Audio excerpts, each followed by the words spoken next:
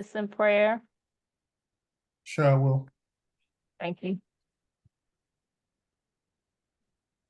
Heavenly Father, thank you for another day. Thank you for bringing us together again to talk about the business of our city. Heavenly Father, as we conduct this meeting, we ask you to bless us with open ears, willing to hear. Bless us with peaceful voices, willing to speak in love and harmony. Heavenly Father, although we may not agree on everything, Heavenly Father, we understand that through you we can all agree to move forward. In your name, Heavenly Father, we pray. Amen.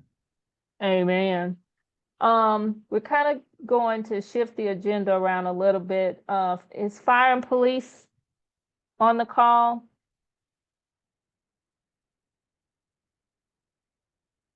Is anyone from the fire or the police department on the call? I don't see anyone. Okay. Well, they will probably join later. Ms. Warren, are you on the call?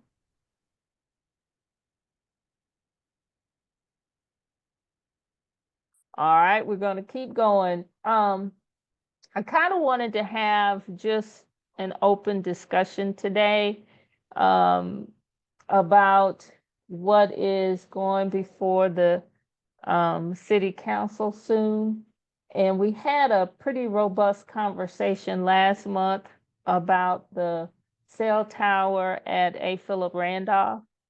And they were going to go before the council for a zoning modification in March, but it has been put off until April 9th, which is sometime next week.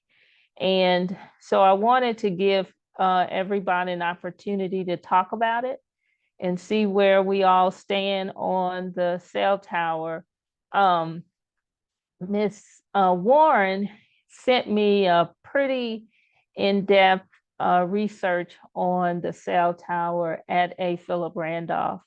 And I kind of wanted to recap to those who were not on the call or share that information with you all. And I mentioned on the call during the discussion that A. Philip Randolph having the cell tower on the property at A. Philip Randolph, the money, we were concerned about the money not going to A. Philip Randolph. But in her research, the Fulton County schools lease out a lot of property, a lot of their school property for cell towers. As a matter of fact, Westlake has one on their property. And the money doesn't go directly to each individual school. What it does go to is a general fund. And Fulton County used those funds for all the schools. And so there is not a direct impact to A. Philip Randolph by that cell tower, but it does go into a general fund that they use. The cell tower at A. Philip Randolph has been there for over 20 something years, but for the last several years, Crown Castle and A. Philip Randolph hadn't been able to, or Fulton County hadn't been able to come up with an agreement on the lease terms. And they have met, I think her email said some like 25 times to try to come up with the lease agreement. And they haven't been able to. So Crown Castle has decided to move the tower down the street on a residential property who wants to allow them to do that. But there has to be a zoning modification for that to happen. And so we've had a contentious discussion. There are a lot of residents that are concerned about it being on a residential property as opposed to the school property. And the issue that we're having is, number one, the cell coverage, which was the beginning of the conversation before the February meeting. We had people on the call, a couple on the call, as a matter of fact, talk about how they have to go outside and hold their phone up to the sky and see if they can get a signal to use their phone. And so that's how all of this started. And so the issue is because Fulton County and Crown Castle cannot come up with a deal with the lease agreement, that tower is going to be torn down. Right now, that tower only has T-Mobile, the T-Mobile carrier on that tower. So it will be torn down. And if they can get the zoning modification, it will be placed down the street. Now, the new tower will have the ability to have, of course, T-Mobile and multiple carriers, Verizon and AT&T. And so if you think about our area as it stands now, there's a tower at Westlake. There's a tower by the church on New Hope Road. There's a tower at A. Philip Randolph. That tower will be removed. Someone shared with me their research about the distance between the different towers. And it's usually between 1.2 and 2 miles difference. And so if the tower gets removed from A. Philip Randolph, there is a gap because it's kind of on each end of this area. And so I kind of want to get everybody's input on number one, about the tower. What do they think? What do you all think? I would hate to lose coverage in the area. I think it would be worse by not having a tower there at all at A. Philip Randolph or at where the new location is. I think people have voiced some concern by it being on a residential property.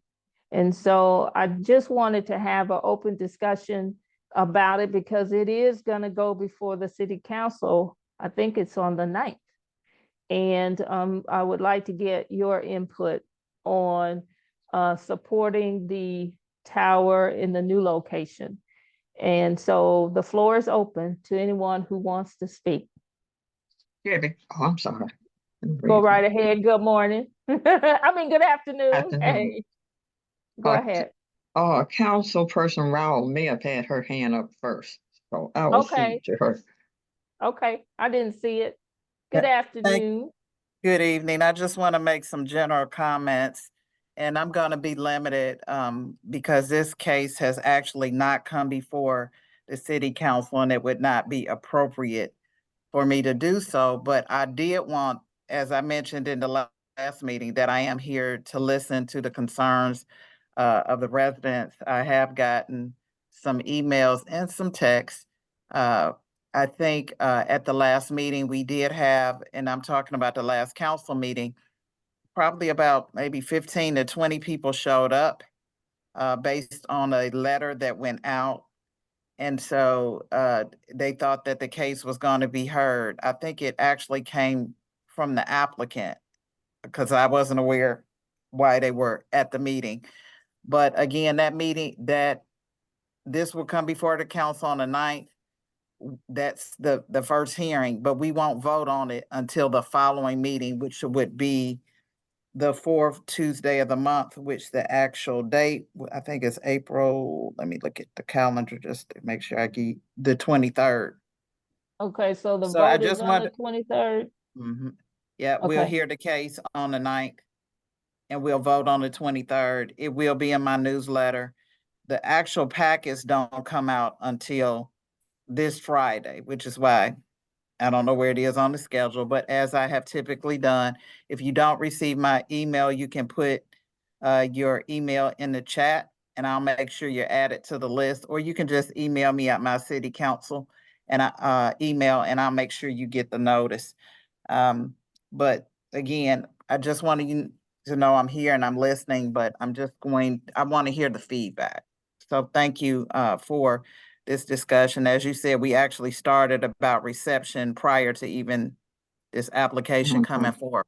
So, thank you. Thanks. Go ahead, Marilyn. That was my concern, was what did the people in the neighborhood think about it being on a residential property? I Well, don't I'm know if I within would, in a 1 mile radius, so I got that information. Uh, cell towers is something that we've talked about as an association for probably 12 or 13 years, because the service was so bad then. And there was a discussion about AT&T bringing in a tower in Sandtown Park, but that didn't happen. Also, I happen to be a T-Mobile customer, and were that tower to go down, my service would plummet. Like I said, I'm within a 1 mile radius, but the upside is if they go ahead with a new tower, it'll be 5G. And shortly after they bring T-Mobile up on that tower, I've got no doubt that Verizon and AT&T will come on board on the new tower, which means virtually everybody's service is going to be much better.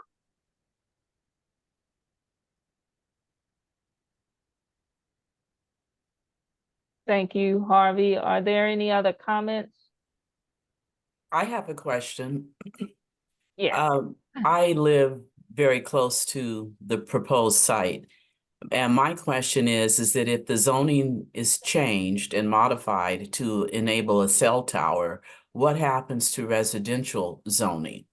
I mean, who's going to want to live right next door to a cell tower? mhm. My other question is, since we have other towers, Westlake is not more than a mile away, and the church is not more than a mile away in the other direction. Why can't they add carriers to those existing towers? Well, first of all, and I don't have the map. They showed it to us last meeting with the range and everything. And particularly this tower is 25 years old. So you can imagine that it's going to cost more to maintain, and it doesn't have 5G. If they pull this tower down at the school, everybody's is going to be much worse. Well, Andy Rotenstrike is on the line. Perhaps he can address it because he represents the company that wants to build the tower. But again, I'm not talking about if the tower at A. Philip Randolph is removed, because it looks like that's a done deal since they can't reach an agreement. My question is, why can't the capacity be added to the existing towers that are already at Westlake to the west or to the south, and the church, the Ben Hill Methodist Church on New Hope Road to the north? We also have other towers based on the map that he showed us at the earlier March 9th meeting. Why can't existing carriers be added to that? That was the first question. And B, the impact of residential zoning if the zoning modification is approved. Well, it would be Hey, hard Alma. for him to speak. Oh, go ahead. If Go that's ahead, you, Harvey. Andy. I Hi, was just it's going to say, Alma. we don't, This Ms. we don't, Hill. those other two towers at the church and at Westlake aren't Crown's towers.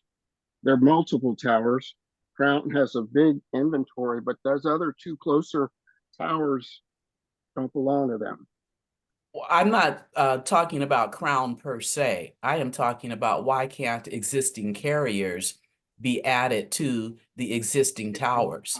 Let's not assume that Crown is the only carrier or the only tower owner and the only person who could add carriers. I'm not talking about them. I'm talking about towers that are already in place. Why can't existing carriers be added to what is already, the infrastructure is already there? Why can't existing carriers be added to those towers? Alma, I good think- afternoon. It's Andy. Good to talk to you again. So yeah, there are already multiple carriers on those other two towers, but their service from those towers does not reach this area. That's the reason.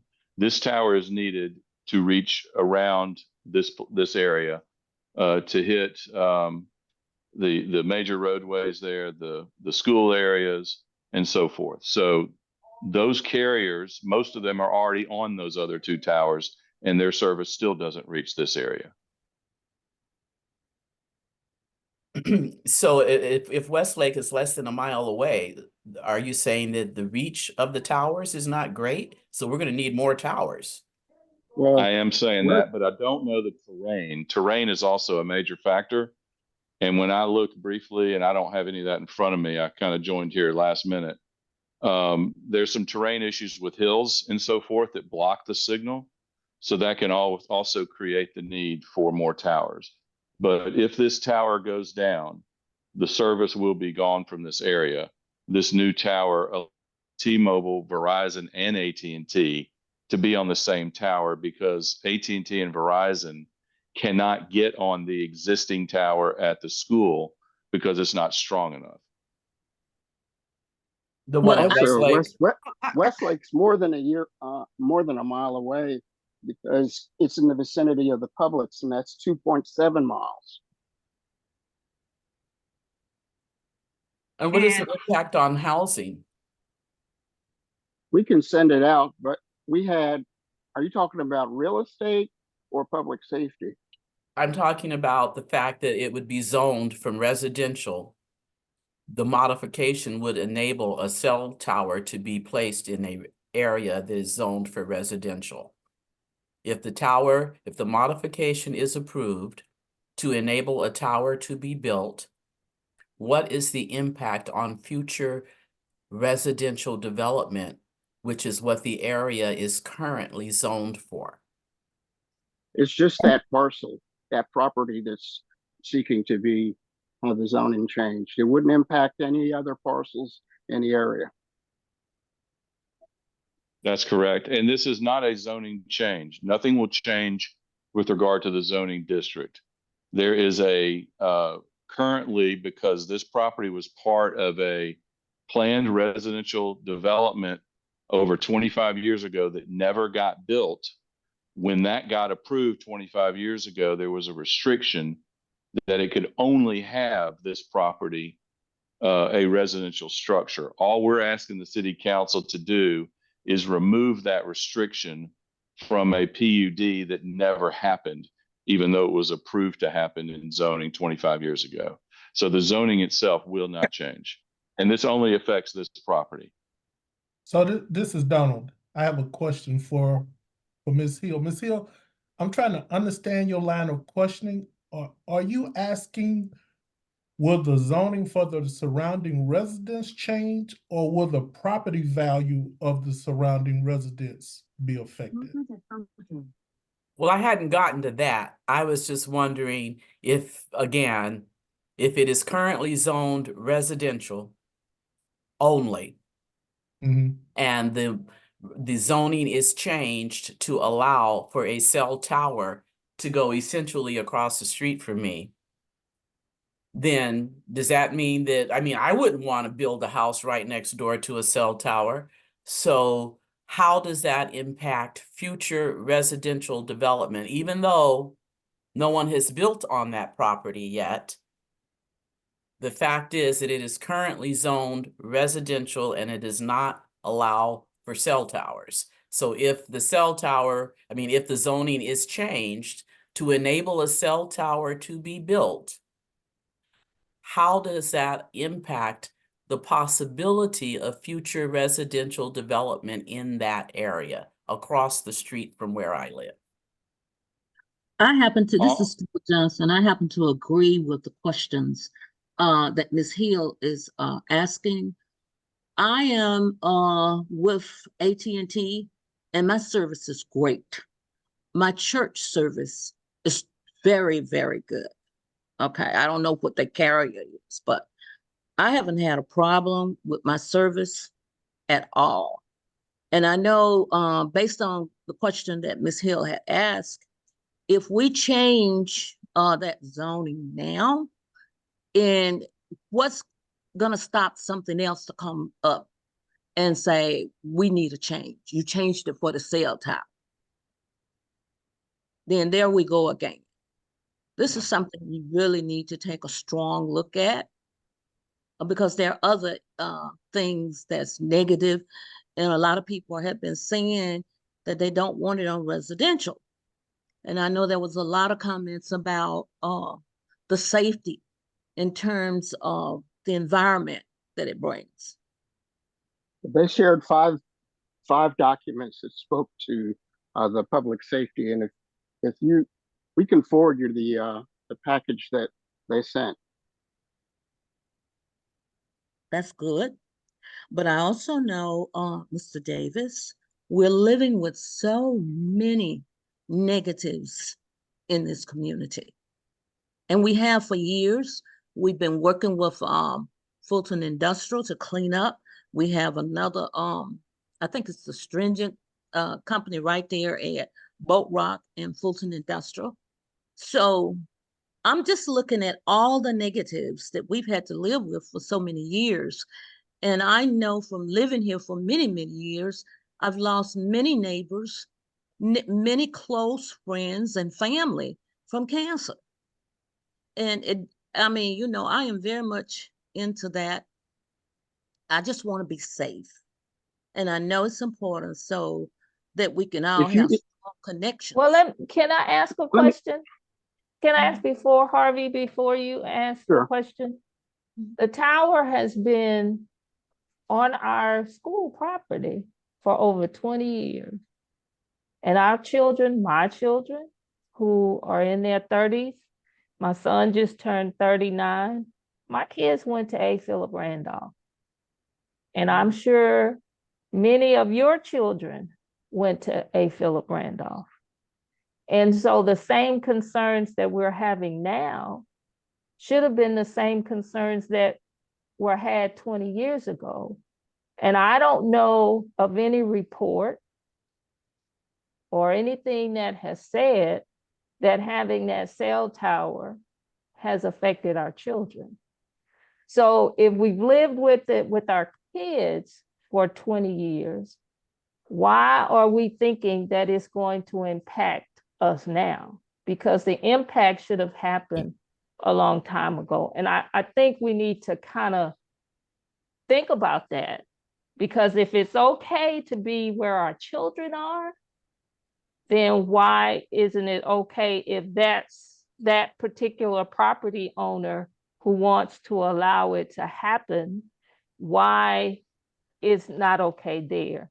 Because our children have been around, it's been there so long, I forgot it was there until we got into this discussion. But all of our kids have been impacted and have been in that school. And I don't know of any type of negative effect that it has had on our children. And I just think we need to think about that. I appreciate what you're saying, Miss Davis. I also think, though, that 20 years ago, we were not as informed as we are now. I remember 30 years ago, they had cigarette commercials. I remember the Marlboro Man. Yep. And we have since, as a society, become far more informed about the dangers of cigarettes. The same thing with the, what is it, the Juju or whatever, those electronic cigarettes. So the fact that it happened does not necessarily mean that it was safe, and it doesn't necessarily mean that it was unsafe. But I saw the map, and I saw all of the towers that are around us. And just like, you know, with zoning modifications to have more gas stations, you know, we keep seeing those pop up, even though we've got 9 gas stations between us and 280 and 285. So just the fact that it has happened does not necessarily mean that it was safe. And I'm only speaking for myself. I am not speaking on behalf of my community. But when I saw the map and all the cell phone towers, and again, I haven't even gotten to the potential impact on property values. Having it at a school is one thing, having it right across the street from you is another. And I know about the fake palm trees that are going to be on top and blah, blah, blah. But I just wonder if we really need another cell phone tower, or if the ones that we already have should just add more carriers. Well, what I mentioned earlier was we were looking for AT&T to put it a cell tower in 12, 13 years ago in Sandtown Park. My household is mixed. I've got some folks that have T-Mobile and some that have AT&T. And AT&T's service to where I live off of New Hope Road was so bad 10 years ago that they sent us a repeater that you would plug into your internet circuit at home so that you could get phone calls in the downstairs of my house. Obviously, the situation varies based on where you are, but Andy's point was salient in terms of the fact that there are topography issues. And other than these three, I don't know where the others are, but the reality of it is people want the service. And people put their cell phone on their nightstand at night, and those signals, whether you use that carrier or not, are going through your bedroom. So the thing about zoning is you have to have lawful causes to approve or disapprove an item. And if you'll send me an email at harvey@sandtown.org, I'll forward to anyone that wants it the publications that Crown Castle sent to us last month at our meeting. Well, everybody, my concern, and I think has always, these types of things are so hard. Number one, because you do have the safety issue that you have to address. You do have just a whole lot of things to address, and you have to look at the whole process holistically. And my concern is, I know that a lot of people in this community do not have landlines anymore. Most people now rely totally on their phones. And, when that resident said they have to go outside and hold it up to the sky to get a signal, they can't get it in their house, that was a red flag to me for safety. Because if somebody gets in an emergency situation and they don't have a landline, I mean, they're not going to have time to go out and hold up their phones to the sky. And so you when you hear that kind of thing, you get just concerned. And and then we know that the community is growing. We know that development, and we're wanting different kinds of development, and all of the road expansions and all of that is happening because this area continues to grow. And now that this subject has come up, it's something that we have to constantly consider, because the more people that we do have, we will need the coverage. And it can be, these kinds of decisions are very hard, and I get it. But we have to take a holistic approach to how we make the right decision. And what happens if the modification doesn't happen? How it is going to affect a Philip Randolph in terms of their coverage, our coverage. I didn't realize that I'm on Xfinity, but Xfinity uses another Verizon. And so it's these decisions are hard. And what happens if, and somebody can speak to it, what happens if the zoning is denied? What's the next step? The problem is still going, the cell phone coverage is still going to be an issue, and that's going to have an impact. Well, Debbie, I'd like to know how many people are having cell phone issues now, and what carrier do they have? I've got Verizon, and Verizon has changed so many times from the time it came out, but I've not had a problem with my cell phone. However, You know, when I first came out here, there were many trees, and since we've been having all these storms, you know, a lot of trees have just sort of fallen down, so the sky's sort of clear. And so I would sort of like to know that. And I still have my landline, Debbie. I have one too. I still have mine. I probably won't, I I probably won't still get that have up, but we mine. got to have service. I think some kind of way. we're of the generation that will keep a landline. I've had my landline for, I've been married 42 years, so I've had it, and I've been on Verizon, I still have it. Xfinity so long that you know, so I get it. But there are some people that don't, and Yeah, I get that too. yeah, so and as we grow, as more people come in the area, there's going to be more need for signals and cell towers. And as it was said before Crown ever got involved in the discussion, that the coverage in South Fulton as a whole is terrible. And so it's almost like we need to be addressing this all along the way. Now that this has come to the forefront, we need to be addressing this along the way. And how do we go about doing that? And but this particular issue is, I mean, it's on the table now. And so I'm just trying to find out, you know, where people stand. And has there been any studies on the impact on property values for those people who live closest to a cell phone tower? Does Hey, anyone want to Alma, answer? this is Andy. Yeah, there certainly have, and I'll bring some information to the city council meeting about that. There's been studies actually in Georgia.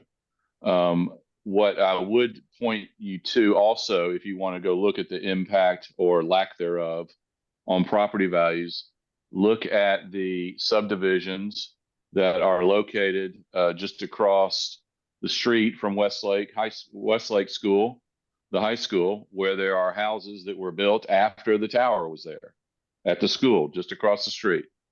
And then I'd also suggest you go look at the church on New Hope Road and the residences that are built just to the east and north of the church after the tower was there. So there is no impact to property values, and I'll bring some studies to show that. And we've done studies in Georgia. I'm not going to bring some study from California or something like that. So I'll bring that to the meeting and make sure the city council sees that. But the answer is no, there is no negative impact. Would you want one right next to your house? I beg for one next to my house. I beg for it. Our coverage is awful.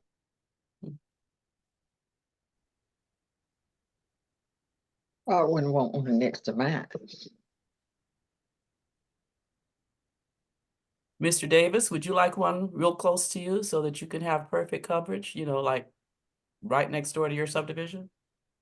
No problem. I've read the science that refutes people's assumption that it can cause damage. And the church is down the street from me, so I'm already living by a tower. It's Well, there you also go, kind of Andy. like You got a spot for another one. okay, well, let's be respectful. Because at the end of the day, you're suggesting I put one next to my subdivision, right? Right, sort of like they're going to want to put one next to mine. I mean, I'm just saying that for people who welcome it, maybe there is another location. I mean, surely this is not, is this the only location? And if so, why? I mean, if one is coming down, why not put up another one close to? I'm sure the way development works is before things come before the city for zoning, the developers do a series of surveys, testing of signal strength and the like, and then they have to acquire a property. So it's not easy to change locations. That kind of discussion came about 15 years or so about the Walmart on Cascade Road. And people said, well, why can't you put it over there by Greenbrier? And the answer was, that's where they own the property. I don't mean to refute anyone. I just try and make my decisions based on facts and studies. And if you send me a note at harvey@sandtown.org, I'll try and find the documents and send them to you direct.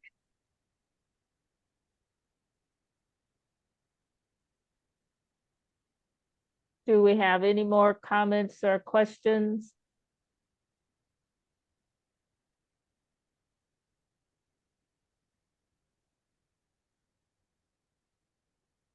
All righty. Well, thank y'all for this discussion.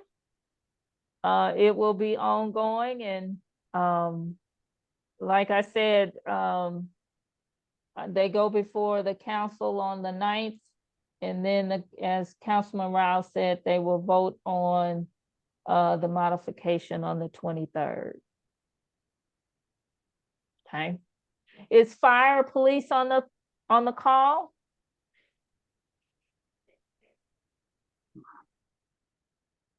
Let me see if I can pick this on.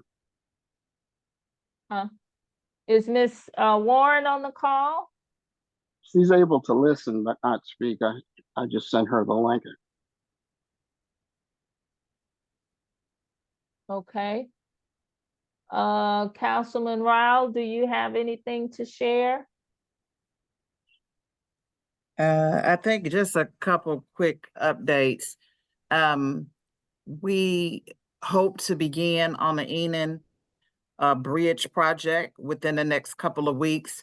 As you know, we had a grand opening scheduled or ribbon cutting a couple weeks back, and it rained on that day. The staff is currently tentatively looking at the 25th of April. So stay tuned. I'll be sharing additional information about that. For those who frequent our parks, we have some capital investment currently occurring in the parks. At Sandtown Park in particular, we have, they are currently replacing all the steps throughout the park. And over the next month or so, you'll also see painting occurring to the structures in the park, as well as the duck outs. So stay tuned. If you haven't seen, I've posted some of those pictures to my City Council Facebook page as they continue to do enhancements at Sandtown Park. We currently have a renovation or rebuild of the tennis courts at Trammell Crow Park. They are currently underway. It is anticipated that those will be completed by the end of May. And I am working with some parents who have reached out and the staff to address concern about not having a smaller piece of play equipment in Trammell Crow Park. So thanks to our Parks Director, Mr. Turner, he is looking at doing something relative to a new piece of play equipment at Trammell Crow Park. And we also have a canopy that will be installed over the workout equipment at Trammell Crow. So thanks for all the residents who reached out on those issues. You'll see activity in the park over the next couple months relative to that. Those are the most significant updates that we've had. I don't want to rehash everything we went over in our town hall a couple weeks ago. We had great participation and over 100 people were streaming online during that meeting. But we, in addition, have about 15 streets that are scheduled to be repaved off of Foot and Industrial. Some of them have never been paved. So you'll see those occurring throughout the summer months. Thank you. And at this time, if anybody has some questions, I'll be happy to entertain them. Does anyone have any questions for Councilwoman Rao? Hey, Dr. Rao, this is Donald. How you doing? I'm great. How are you? I got a quick question for you, not related to anything that you just discussed. Any new developments with the speed bumps in the communities? We went through the process and we are trying to get speed bumps, and I'm just wondering if there's any new development. Yes, thank you for the question.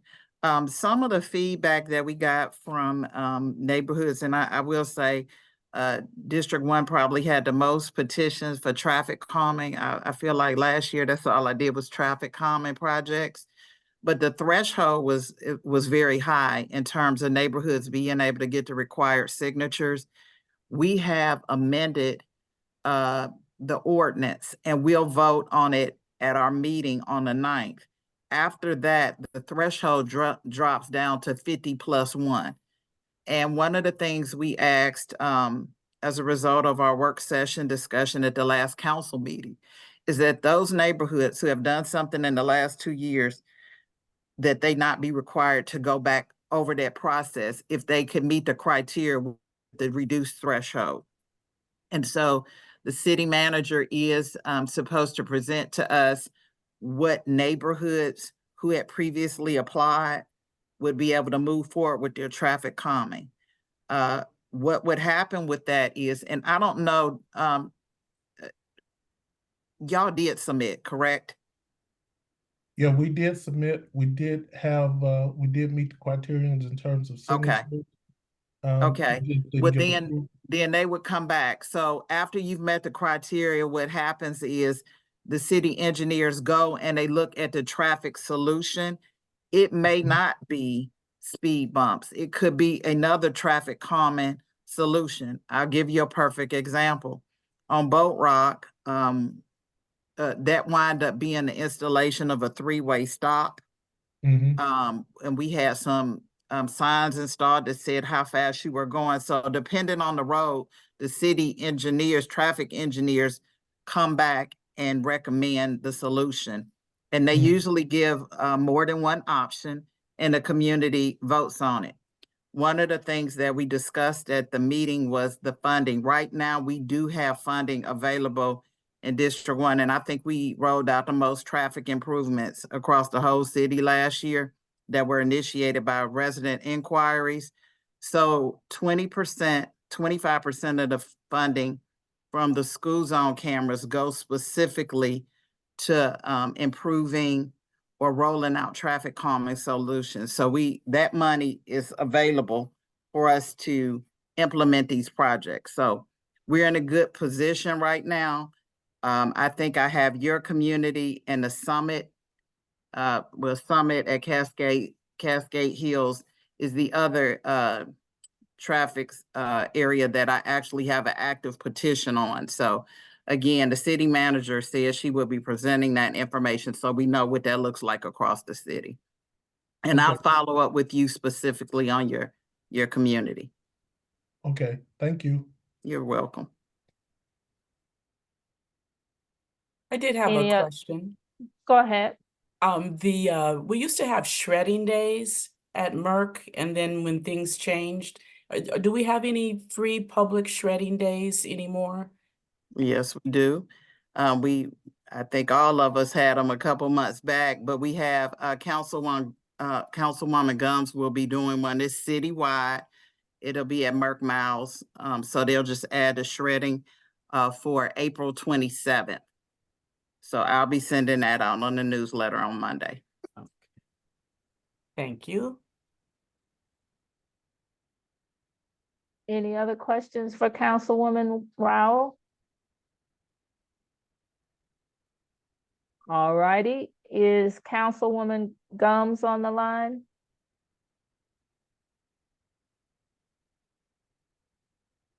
Okay, is fire and police, have any of those joined us? And let me say, and Councilwoman Gums, I think she's out of the country right now. Okay, all Yeah. right. Good afternoon, everyone. How are you doing? Well, good afternoon, how are you? Oh, just fine, just fine. I've been on the whole time. I was talking earlier when you asked if police was on, and I kept answering, but apparently I still had myself muted. Well, glad you can join us. And with that, Ab- you have the floor. Absolutely. How's everyone doing this afternoon? So I wanted to talk a little bit about the crime in District 1 because we've seen an overall decrease of crime by 8% so far this year, and the biggest reduction in a crime category, which is surprisingly pleasant to me, is that we had a 29% overall reduction in larceny from vehicles in District 1, 25 as opposed to 35 this time last year. But the biggest drop in crime is along that Fulton Industrial Corridor, where we had a 59, where we have a 59% overall reduction, um, 30 crimes as opposed to 74. One of the things I've talked with Councilwoman Rao about is the possibility of us increasing our presence around that Sandtown Park. We're getting ready to increase our park ranger numbers. I think this is the first time in the 6 years that I've been here that I'm reaching my allotted capacity for positions in the police department. We have approximately 225 police positions filled right now. Our goal is to get somewhere in the neighborhood of 325 to 350. And so we've been adding to those numbers every year. But what we're going to make a conscious effort over the next month or so to increase our park ranger numbers so that we will be able to fully cover our parks during these summer months as we're coming up to um, the end of the school year. One of the things I've asked our technology division to look at was the cameras around the roundabout on at New Hope and where Camilton Road meet. We were able to solve a few crimes that happened around that roundabout because we have the cameras from the businesses there.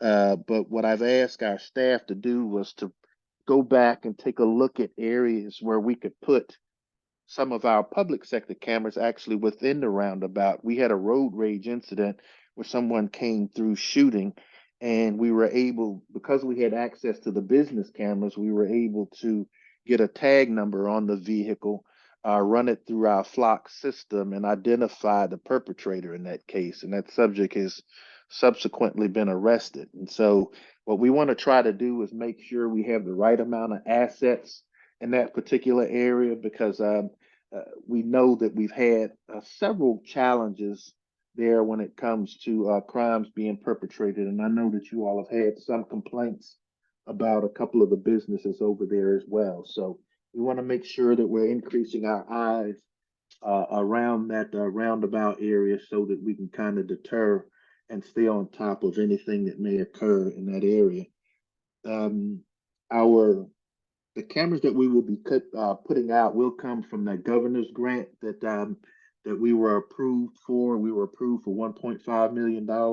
And so we'll be adding license plate readers along that Boat Rock area as well, so that we can even start reaching out to some of these tractor trailers that are constantly going down Boat Rock and try to reach out to the companies that those vehicles belong to. So we're going to try to do what we can to leverage technology to curb some of the activity that we're seeing in District 1. And so it's my hope that that'll translate into a better quality of life for you all up there. So having said that, I'd be more than happy to answer any questions if you have any.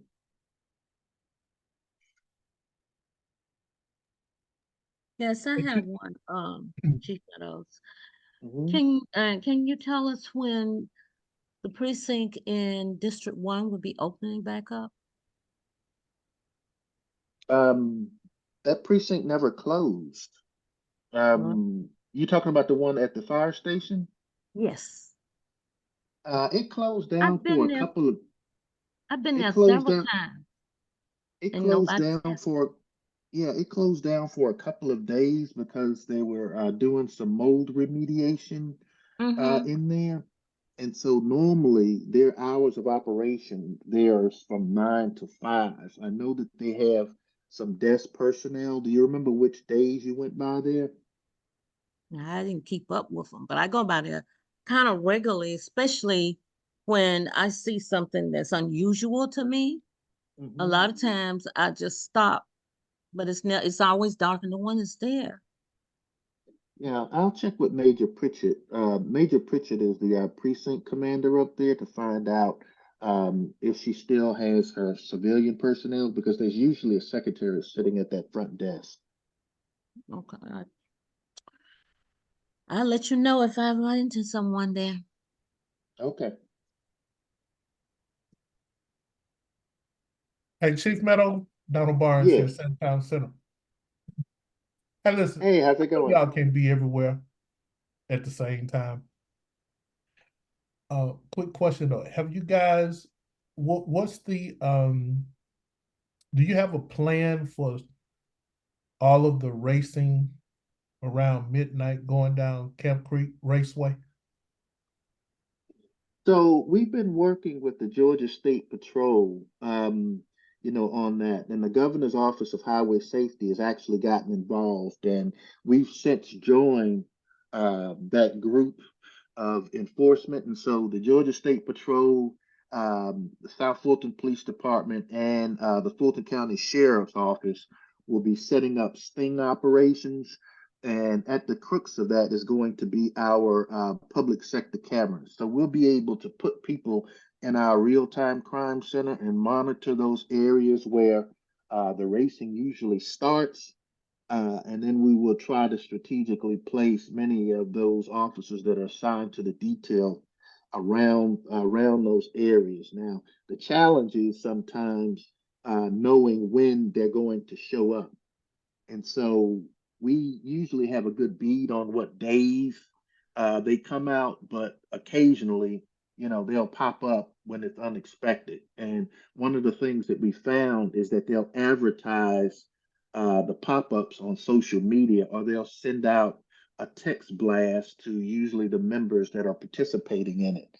And so it's kind of important for us to make sure that we're monitoring our our electronic surveillance, our assets that we have deployed. But I would encourage, citizens, when you see people congregating around, like the QT up there, and you see it, please call us immediately because we'll be able to bring up our cameras that cover those areas and monitor it so that we can, as I said earlier, strategically deploy those resources to the area immediately. Thank you.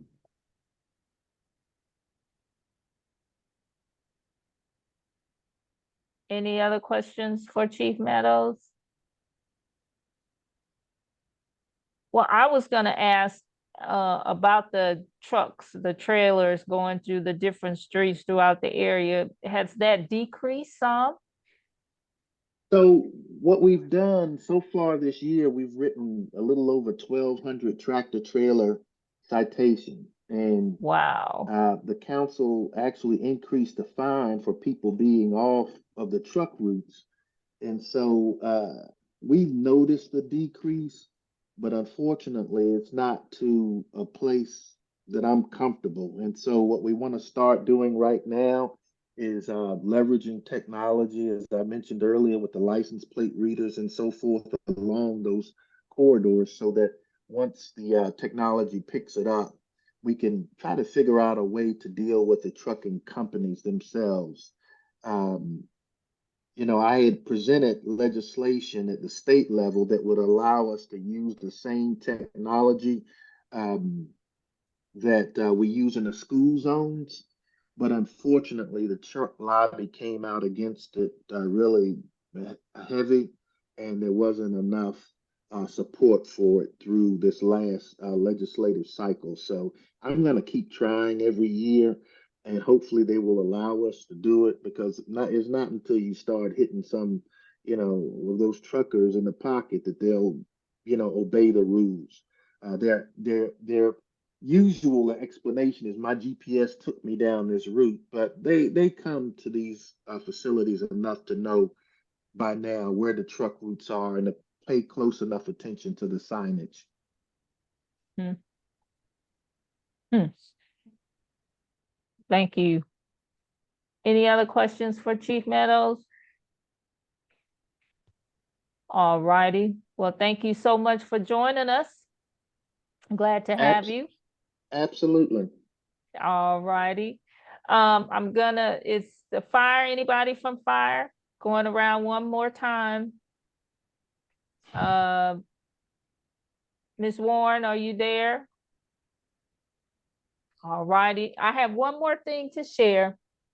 I had invited Adam Parker, who is with Carter USA. Carter is the developer of those apartments over there near the Publix. And I don't know if everybody knows that there are 2 out parcels that will be developed in front of that community that will face Camilton Road. And these are commercial out parcels. And I had asked him to give us an update on where they are with getting tenants for the 2 out parcels that they have.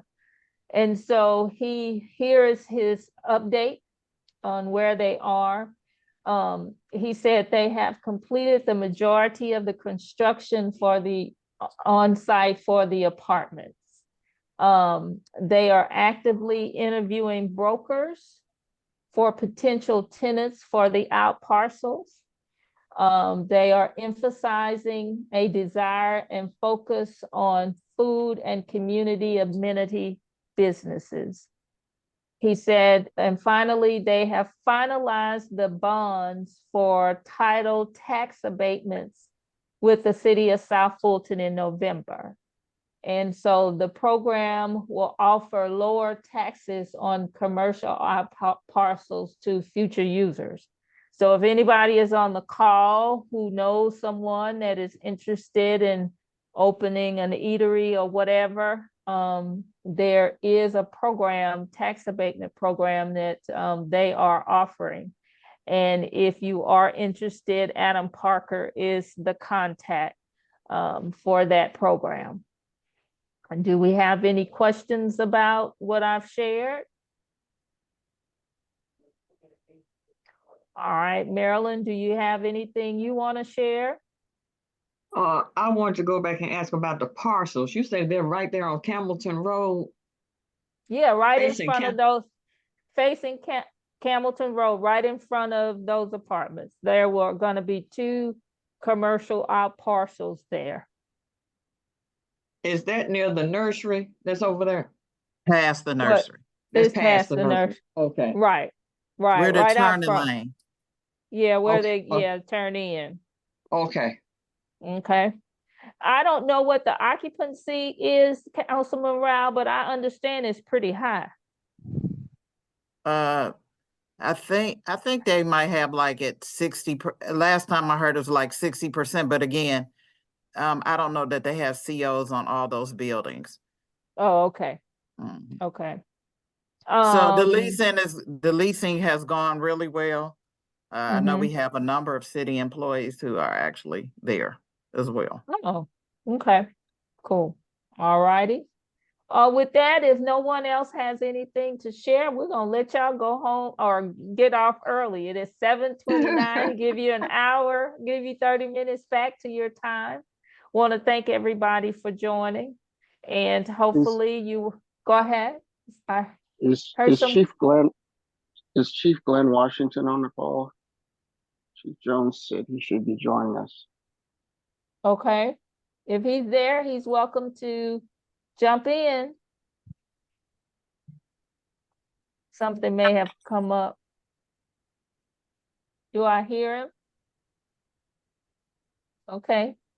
Well, we'll catch him next time. Hi, And, Debbie. go ahead. Hi, Hi, Linda. hi. Sorry, I haven't been online for a while. I've been out of state. And just forgetting first Thursdays. But I got a letter saying that there's going to be this tower being built just a mile from my house, a 5G tower. And I believe you may have had a meeting about it. And I missed their meeting. They had a meeting and they changed the time and they gave me a notice after the fact. And then, They were on this call. They were Oh, on the they were? first 20 minutes of this call. When I Oh, post the were they? video, Crown, what's Crown's left? Linda, you know, we record all of the meetings. And Okay, so this month, which is April, March, and The last 3 also, months, yeah. yeah, the last 3 months, we've oh, had a geez. discussion. So I would suggest Uh-huh. that you go in and listen to the meetings, the recordings, to kind of bring you up to date. And Okay. then if you have any other questions, you can call myself or Harvey or Marilyn or anybody Okay. to kind of discuss it further. But you can hear, because it's a lot to rehash, Mhm. but you can hear all of the discussion on that tower. Well, are they going to put it in place or It not? hasn't been heard by city council yet. Okay. Okay, because And they're I'll be very happy dangerous. if you have any additional questions, Linda, feel free to reach out. Okay, thank you very much. Great. With that, y'all have a What- good what- rest what- of what I see Chief Glenn. Chief Glenn, are you there? Oh, I see the iPhone. He's Yeah, Oh, is it muted, muted, Chief- currently muted. You're muted. Is it Glenn Force? You're muted. Okay, can you hear me now? Yes. Yep, we can hear you. Welcome. Okay. Hey, I'm sorry about being tardy, but No problem. better late than never. Did anybody have any questions or concerns for the fire department this evening? Can you just talk about some of the what's been going on at Butner at the park? I don't know that Butner at everybody's the aware. Park. I'm really not sure what you're referring to. Give me some background. We had a couple fires at the Aerotropolis Trail.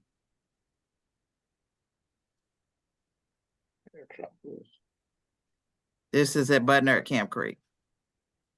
Butner at Camp Creek. Okay. To be honest, I'm not quite sure how they started. I don't know if it was maybe somebody threw a cigarette on the side of the road and it started. But I want to say we had crews go out 2 different times. The last time, the second fire, I was actually on that fire, and what ended up happening was we got forestry to come out and cut a break around the fire. Crews got out and we put as much water as we could on it because it was 2 different locations. There was a location behind Walton Crossing, and then there was another location a little further up to the left side of the road. So forestry came out and cut a break around both areas, and both areas were wet down. It's about as good as they could possibly be wet down. As far as how they started, I don't have any information as to how they started. I believe it's still under investigation. Okay, thank you. There was also a fire in Sandtown, and I reached out to Chief Jones, and I'm going to pass his answer in the chat.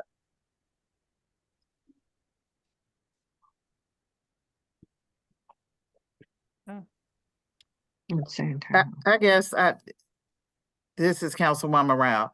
It's something I think we just all need to be paying attention. I don't think, I think it's strange how these fires are occurring. They're in wooded areas. I don't know if they're being set intentionally. I also had one on Cascade about a month ago. And so I just think we have to watch trends. And again, they're not by houses, they're in wooded areas. I don't know if people are living in these areas or what, but just being attentive to these things.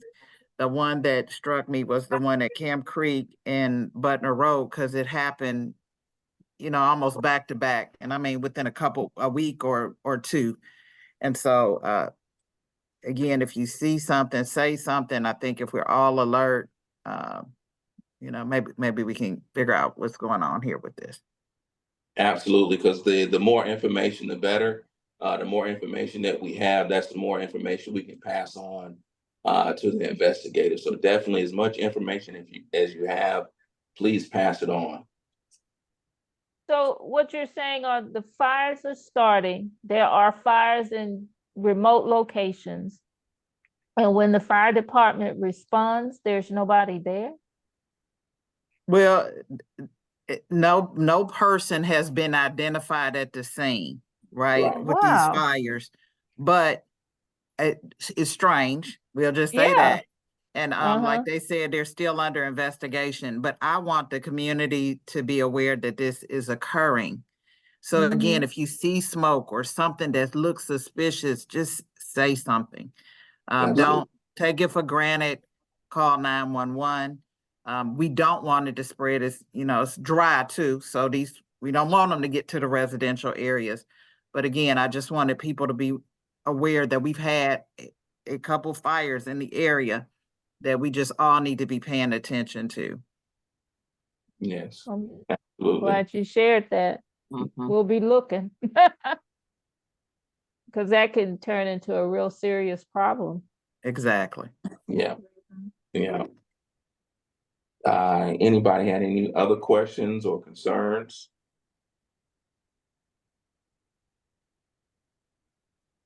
Righty. No? All right. Well, thank you so much for joining us. Yes, ma'am. And if there are no other questions, it's 7:37. Thank you all for joining, and we will see you next month. All right, everybody take care. Take care. All righty. Bye-bye. Thank Bye. you. Thank you.